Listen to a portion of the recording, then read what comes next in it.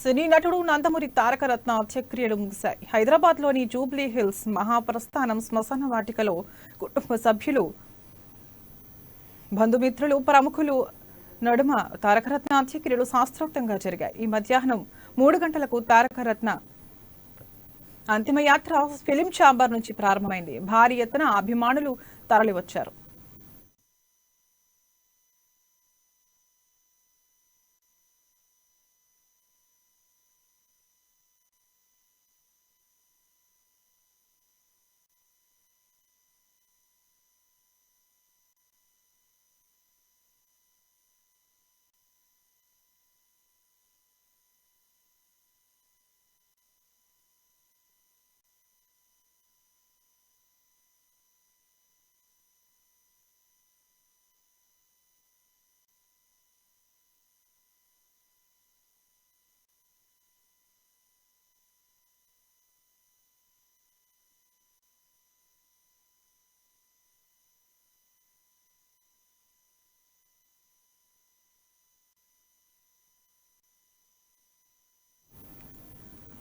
మహాప్రస్థానం శ్మశాన వాటిక వద్ద టీడీపీ అధినేత చంద్రబాబు, ఏపీ టీడీపీ అధ్యక్షుడు అచ్చెన్నాయుడు, వైసీపీ ఎంపీ విజయసాయిరెడ్డి, నందమూరి బాలకృష్ణ, నారా లోకేష్, కళ్యాణ్ రామ్ తదితరులు తారకరత్న భౌతిక కాయానికి కడసారి నివాళులర్పించారు.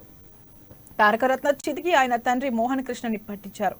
తారకరత్న అంతిమ సంస్కారాలను బాలకృష్ణ దగ్గరుండి పర్యవేక్షించారు. బెంగళూరు హృదయాలయ ఆసుపత్రిలో చికిత్స పొందుతూ 23 రోజుల తర్వాత తారకరత్న మరణించారు. ఆయనకు భార్య, కుమార్తె, కుమారుడు ఉన్నారు.